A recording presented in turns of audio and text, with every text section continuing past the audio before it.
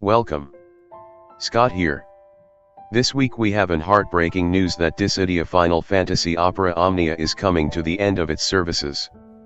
The game will officially shut down on February 2024. I have been playing the game for the past 6 years. It has been a pleasure for me to enjoy the game. I am not a man who is used to say goodbye. So instead of me doing a video entirely on my farewell speech for the game, let me present a primer on the upcoming end-of-service game events. The entire schedule has been released under the in-game notice. This primer will cover the stuff and changes made to the game that we will see for the next 3 months. Okay. Let's start the ball rolling. For our daily mission, you will get the following rewards. Instead of 2 Kaku tokens for clear a hunt, we will get 20 Kaku tokens. The daily mission rewards has been changed to 15 tokens instead of 3 tokens, 300 Dissidia points, 10,000 gil, and 100 gems. Premium Mog Pass rewards remain unchanged. The daily login bonus has been updated as the table shown on the screen. We get some juicy rewards like skip tickets, Providence cores and polychromatic sparkles as well instead of just daily tokens with 400 gems on the 8th day. Throughout these 3 months, all characters will be boosted. All characters will have their level 50 force enhancements unlocked. Earn double experience points. Earn double summon points. Will be boosted in the divine summon boards under the World of Illusions. Will be boosted in the Spirita summon boards under the World of Illusions. Have guaranteed red passive abilities when leveling high Idoja to max out your artifacts. We also get the following additional rewards to the player missions. Gathering all 175 allies will get you 25,000 enhancement points. Gathering 175 allies and raise their crystal level to level 80 will get you 3 books of refuge miracles. Reach account rank of level 1576 will get you 3 book of ruins miracles. You can get this by unlocking all characters crystal level 90 and leveling them to level 90. All crystal quest rewards will be tripled till end of service. You also get the mighty shards, materials need to level up your characters to crystal level 90 in the cycle quest. Clear the cycle quest for the first time will get you 200 gems.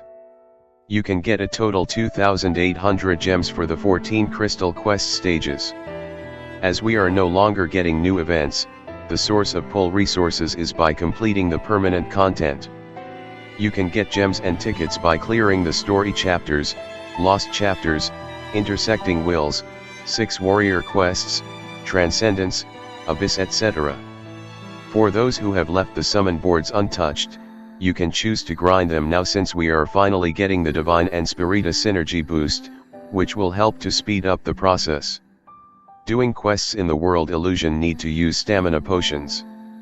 You can get them by either leveling up your characters or exchange them at the co-op shop. Grinding the 1500 ultimate boards points will get 300 gems, 5 armor tokens and 3 tickets. You need 6500 point to max a character board. Speed up the process using experience books. You do your farming at the pedestal stage. After so many months, we will finally get the Divine Boards boost, where you can grind at the pedestal stages for all summons. For each Divine Board, you can get 40,000 gems and 400 tickets with lots of nuggets that level your EX and C90 armor.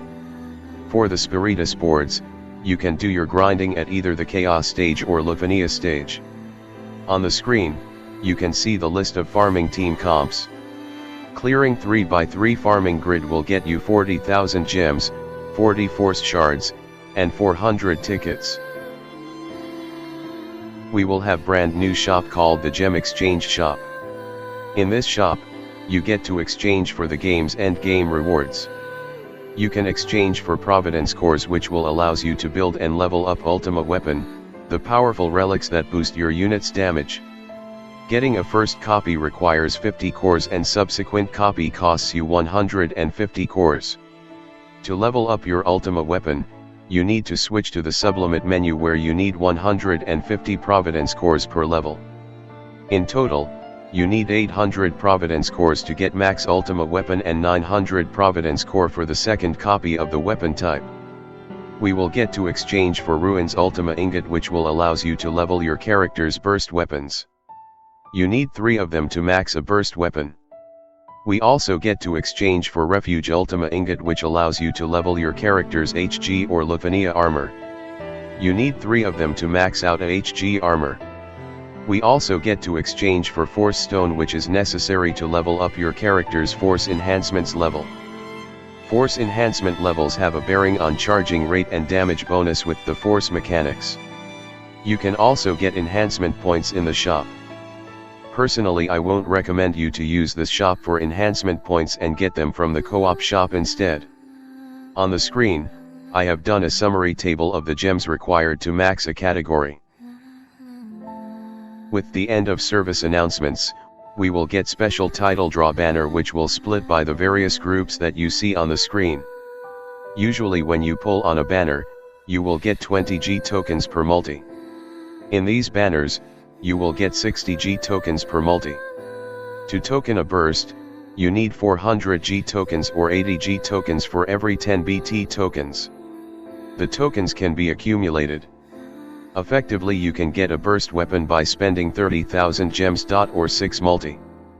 Please do note every character will need have their lower tier weapon passives, FR, LD, EX, S1 and S2.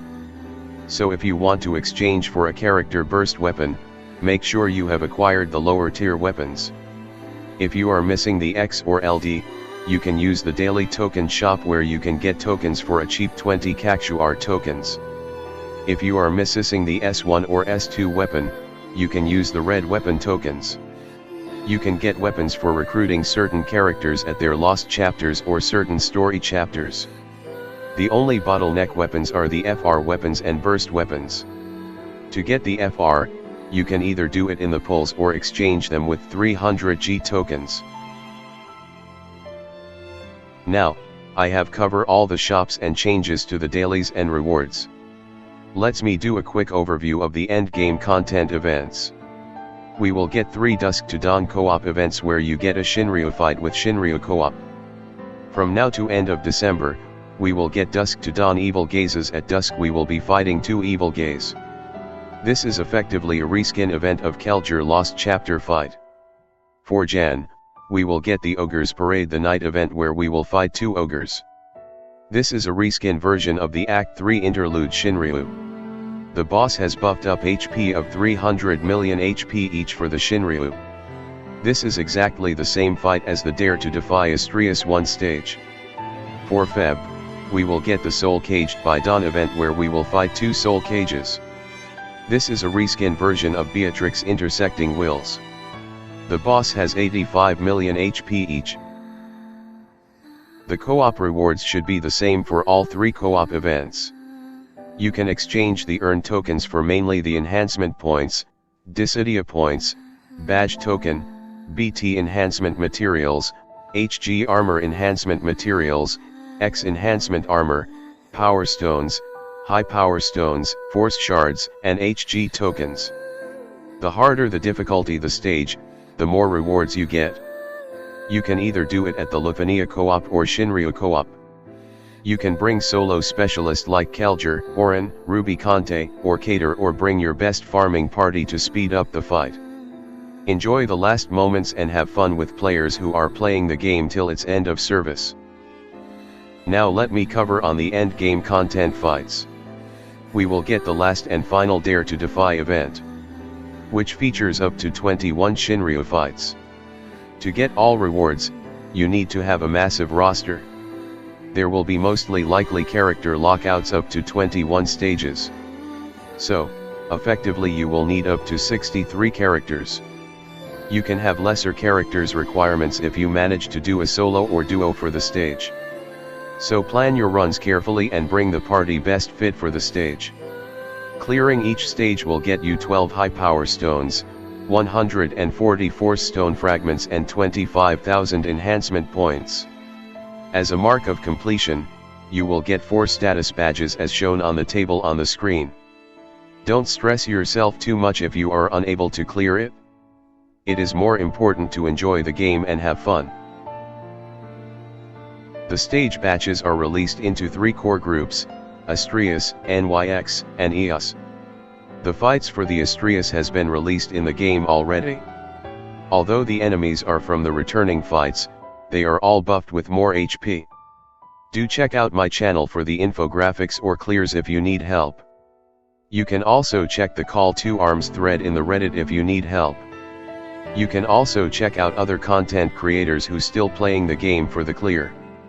For stage 7 of each batch, they are the unreleased memorial stage fight. Make sure your characters are well equipped before you tackle them. We have also have another set of event called Kaku Symphony where we fight the game's most harmless enemy, the Cactuar. However, these Cactuar are no ordinary enemies that we are used to fight. They have 2 billion HP each. I have already done my clears and they are available on my channel. You can check them out if you need help. There isn't any significant rewards other than gil for clearing them. We will still be getting our weekly crystal quest. For this week, the crystal quest has been reset to reflect the new rewards. The first stage is Jilnabate Lost Chapter Shinryu, A Thin Icy Smile Part 14 Shinryu. The pool has been updated and reroll is always free. As the name implied, you need to clear the stage with a crystal color team comp. For example, to get red crystal sparkles, you need to bring a party of red crystal units. The amount of sparkles have buffed a lot. You will get 7,500 if you clear at level 0, 8,250 points at level 1, 8,700 points for level 2 and 9,000 points for level 3. To max a crystal room, you need 18,000 crystal sparkles. In other words, you can just do 2 crystal quest and you can max out a crystal room. It will take 12 weeks to finish up all 6 crystal chambers. I will highly recommend you to prioritize on the crystal chamber that is easiest for you. With this, I have finished up the primer guide for the game end of services events. Although the news of the game shutting down is sudden, we all know this will come eventually. This is the eventual fate of any gacha games. It is heartbreaking and it is time to say goodbye for the gacha game that I have loved and been playing. I have started recording my clears since early EX stages and have been playing the game for the past 6 years. I met a lot of friends and content creators. Most importantly, it is you who subscribed to this channel and support me over these years. Thanks for the support. Without your support, the channel won't grow as it is now. As for what games to cover, I still undecided. For now, I will focus on my work and doing stuff for my real life like completing my courses. I might cover some non-mobile games as I have big backlog of them unclear. If you want me to cover a certain game or suggestion, you can leave down a comment below. Goodbye and have a nice day.